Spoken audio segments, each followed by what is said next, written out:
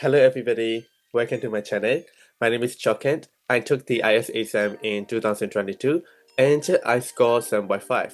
This time I'm aiming for getting 8.5. So now I'm studying a bit hard. Today we are going to do IELTS writing task 1. So let's get started. So the procedure that I'm going to take for today is first, I'm gonna learn the basic rules of task 1 and task 2, and I will also have some language input. Without input, we cannot really generate anything, right? And of course, I'm gonna answer the text from the book 18. You will see it later. I will check my writing with the AI and get feedback. And I'm gonna learn the vocabularies and grammar from the feedback. So this is as simple as it is. Let's take a look at the basic rules. Task 1, we need to have at least 150 words. So for time management, we need to spend for around 20 minutes on task 1 so that we have got more time for task 2. It seems to me that task 2 is more important. Half of your marks will come from task 2. For structures, we need to have 4 paragraphs: introduction, overview, body paragraph 1 and body paragraph 2. But some teachers suggest we can also put the overview at the end. So the most important thing is no opinion. So we need to stick to the objective reporting, and we are describing, we are not analyzing or giving personal opinion. We need to use the data appropriately. We need to avoid listing every single number because I don't think we can make it on time, and we are only allowed to write around 150 words. I have also researched some do's and don'ts. So paraphrasing the question, include an overview, and we need to group the similar data like increasing one and decreasing one, and we need to use a wide range of vocabularies. We can't repeat the same word. We also need to vary the sentence structures like comparative, passive, complex sentences. Basically, we need to write the long sentences, not short sentences. We need to be good at selecting the data. We can leave out the least important things.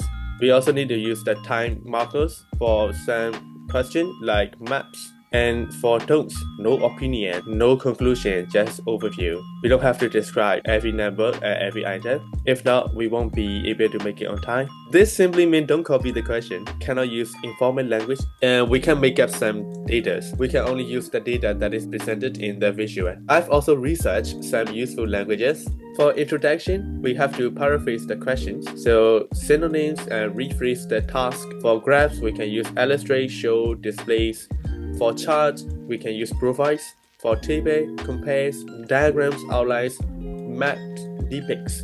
I believe we can also use represent. Second one is about overview, summaries of trends and changes. We need to avoid the data in detail for this stage. We're gonna do that in body paragraphs, and we can only pick up what stands out. So these are some useful languages. So for describing trends, increasing, rows, increase, and we're gonna make that into a noun, and increase, a rise. For decreasing, same thing, we have got verbs and some nouns so that we can avoid repeating the same words. And for no changes, these are some nice languages. Remain steady, stable. I believe we can also use constant here, level it off, and do not change. For describing degrees and the speed of a change, we could use adverbs and adjectives. Same thing, to avoid repeating the same words, we can change the adverbs into adjectives. Marginally, I believe, is same as slightly. For comparison, S was higher than Y. In contrast to A, B remains stable. That's a good one. Speaking of 6, we have got some time phrases. They are useful for charts. From 2000 to 2010, it seems simple, but we should learn them because in the exam, we might not know where to start. For process and maps, the process begins and we have some simple linking words next, then after that. So now it's time for me to take action, and I'm gonna do that right away. I'm gonna just write it on the notes. So let me set the timer for 20 minutes. Here we go. So all the 4 lines are upward trends. I will also point out this one. Now I'm at the last paragraphs and I have got 8 minutes left, so I'm gonna finish it right away. Alright, I have kind of finished, and I still have 4 minutes and 45 seconds. Not bad. Now I'm gonna put the answer into ChatGPT to see what it will say. So task achievement 6.5. Alright, so now I'm gonna make the comparison between my essays and the ChatGPT essay. So let's take a look. What are the differences? So I think I have got some mistakes. Yeah, I should include something related to city, like living in urban areas. prediction, projection, this should be okay. My overview is okay. One thing I should take care is I can really use percentage. Follow closely, closely follow. So I shouldn't use peak, and I should use one lower. I think that'd be better. So for math, I can use head column width, reaching approximately 50%. That's better. Remain the lowest. I think this is better. Remain the lowest. Anyway, I have learned some phrases and words, and I'm happy with that. Maybe next time I can do it better. Let me just stop here, and I will see you in the next video. Thanks for watching so far. Bye bye.